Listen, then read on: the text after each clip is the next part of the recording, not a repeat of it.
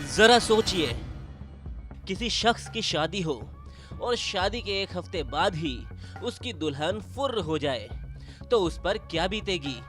कुछ ऐसा ही हो गया जोधपुर के रहने वाले एक शख्स के साथ। शहर के बनार थाना क्षेत्र के थबुकड़ा के रहने वाले एक शख्स की शादी बड़े ही धूमधाम के साथ हुई थी।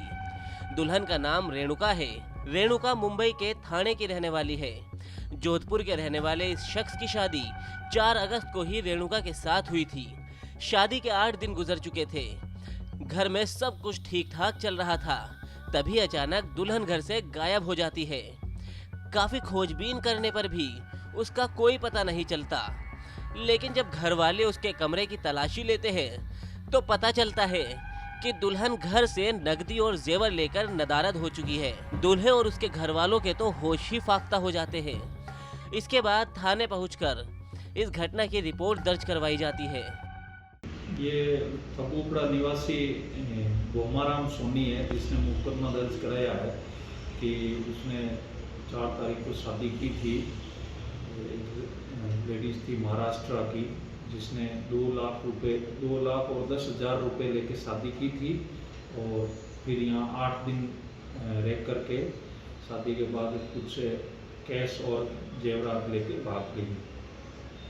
इस प्रोग्राम में क्या हो रहा है सर, क्या स्टेज है? अभी दर्ज हुआ है, हम अनुसंधान कर रहे हैं, आगे इसमें लेडीज के बारे में पता कर रहे हैं। इस घटना के बाद अब दूल्हा और उसके परिवार का कोई भी सदस्य बदनामी के डर से मीडिया के सामने नहीं आया है, लेकिन वो पुलिस से इस बात की गुहार लगा रहे हैं कि जैसे भी हो लुटेरी दुल्हन का पता लगना ही चाहिए। दूल्हे के पिता का आरोप है कि उन्होंने अपने बेटे की शादी करवाने के लिए एक बिचौलिए को 2,10,000 रुपये भी दिए थे, लेकिन शादी के कुछ दिन बाद ही दुल्हन घर का माल साफ करके चंपत हो गई। घटना के बाद दूल्हे के घर वालों ने बिचौलियों से भी संपर्क करने की कोशिश की थी, लेकिन उसका भी कोई अता पता नहीं है।